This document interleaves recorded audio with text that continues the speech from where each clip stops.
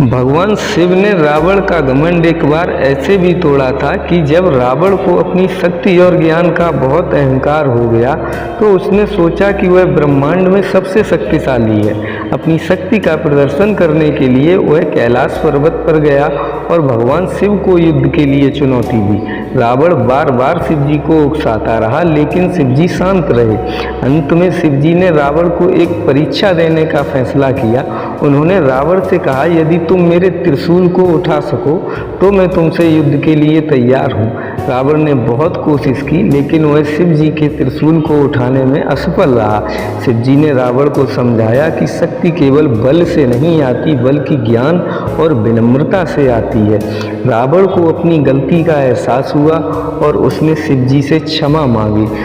एक बार महादेव ने काल को भी भस्म कर दिया था कि राजा श्वेतकेतु उनकी आयु जब पूर्ण हो गई तो चित्रगुप्त ने अपने यमदूतों से कहा कि जाओ और राजा के प्राणों का हरण कर लाओ। यमदूत जब राजा के पास पहुंचे उस वक्त राजा शिव की पूजा में लीन थे। दूत मंदिर के बाहर ही उनका इंतजार करने लगे लेकिन जब बहुत देर हो गई तो यमराज खुद ही अपना कालपाश लेकर मंदिर पहुंच गए। उन्होंने भी देखा कि राजा शिव की पूजा में लीन है तो उन्होंने भी उनका इंतजार करना ही उचित समझा। इसकी जानकारी जब काल को हुई तो वो गुस्से में आकर के तलवार लेकर मंदिर के अंदर ही पहुंच गया और जैसे ही उसने तलवार उठाई वैसे ही भगवान शिव ने अपना तीसरा नेत्र खोलकर काल को भस्म कर दिया। बाद में अपना ध्यान टूटने पर राजा श्वेतकेतु ने ही भगवान शिव से विनती करके काल को पुनर्जीवन दान दिलाया। क्या आप जानते हैं कि भगवान शिव को त्रिपुरारी क्यों कहा जाता है? चलिए बताते हैं। भगवान शिव ने एक बार राक्षस त्रिपुरासुर का अंत करने के लिए एक दिव्य धनुष से बाण चलाया।